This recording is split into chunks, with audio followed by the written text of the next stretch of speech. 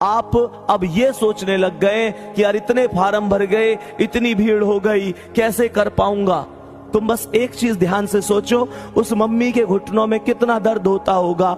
इस सर्दी के मौसम में सुबह सुबह 5 बजे उठ जाती हैं, वो घर के काम में लग जाती हैं। वो पिता जो घर में सबसे बाद में सो रहा है, तुम्हारी जरूरतों को पूरा करके ला रहा है। तुम्हें पता है कहां से मांग के ला रहे हैं वो? तुम्हें पता है कहां कहां से मांग के तुम्हारी पूर्ति करी है? तुम्हें कभी एहसास नहीं होने दिया ना, पापा से अमीर आदमी कोई है ही कहां। जेब खाली होती है फिर भी ये नहीं कहते कि यार मेरे पास ये कमी है वो कमी है। तुम्हारी जरूरत फिर भी पूरी करी होंगी।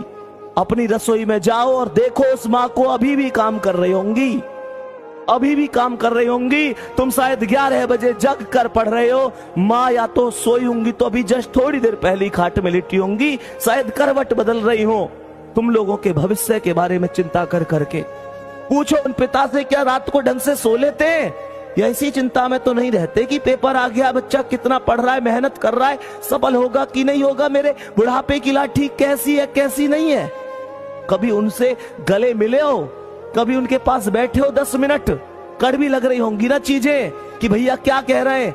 नहीं बैठे तुम उनके पास, नहीं बैठे। पूरी दुनिया के लिए टाइम है तुम्हारे पास, माता पिता के लिए टाइम नहीं है तुम्हारे पास।